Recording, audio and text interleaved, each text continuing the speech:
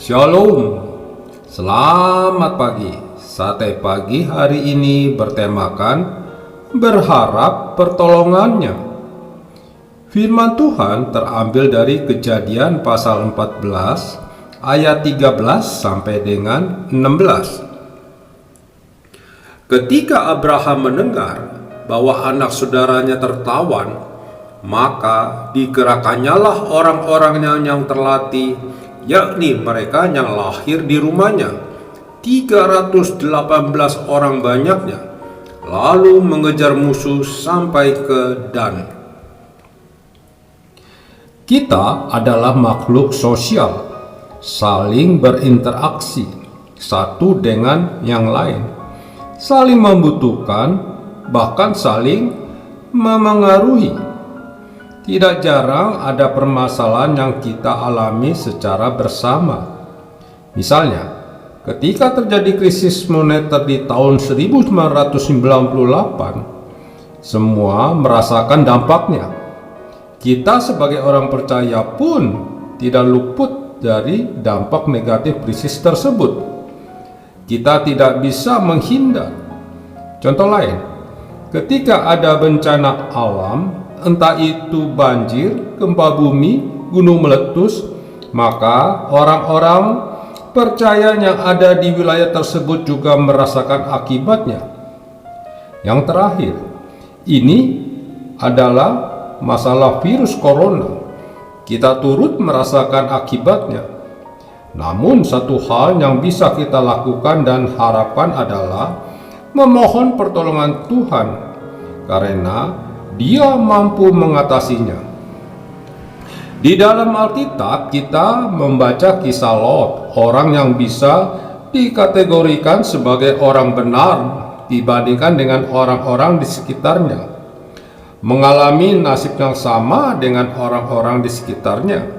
Kejadian 14 menjelaskan bahwa Lot dan keluarganya dengan segala harta bendanya diangkut oleh musuh yang dipimpin oleh Kedorlaomer. Jelas bahwa Lot dan keluarganya tidak bisa menghindar dari bencana peperangan ini. Menarik untuk diperhatikan, Tuhan menolong dia dan keluarganya. Pertolongan Tuhan datang melalui Abram yang mendengar kejadian itu dari seseorang, yaitu seorang pelarian. Seorang pelarian adalah seorang buronan atau seseorang yang melarikan diri dari penahanan atau bahaya. Apakah ini sebuah kebetulan? Mungkin saja.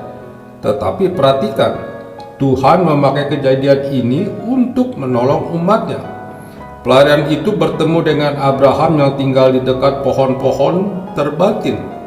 Selanjutnya, Abram pun dengan pasukannya menyerang rombongan musuh dan mengalahkan mereka, serta membebaskan Lot dan keluarganya beserta dengan harta bendanya. Itulah pertolongan Tuhan. Mungkin saat ini kita sedang mengalami masalah keuangan.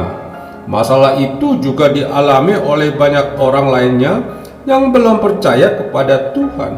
Atau kita mengalami masalah sakit penyakit, di mana masalah ini juga dialami oleh orang lain.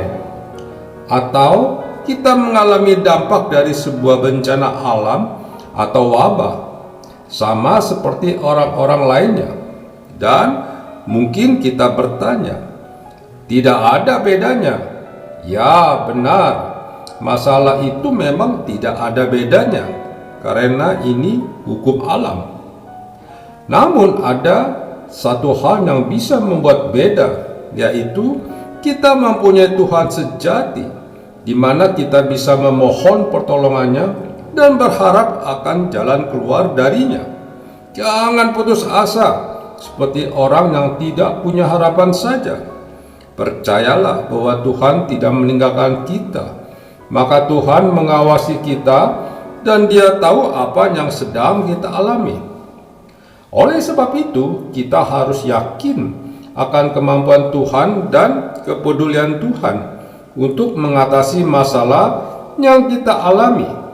Jangan bimbang, Sebab jika kita bimbang, maka kita tidak akan mendapatkan apa-apa.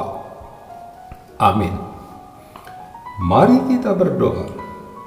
Bapa Surgawi, aku sadar tak bisa menghindari dari masalah yang menerpa kebanyakan orang, tetapi aku berharap kepadamu, sebab Engkau sanggup menolongku. Di dalam nama Tuhan Yesus, aku berdoa.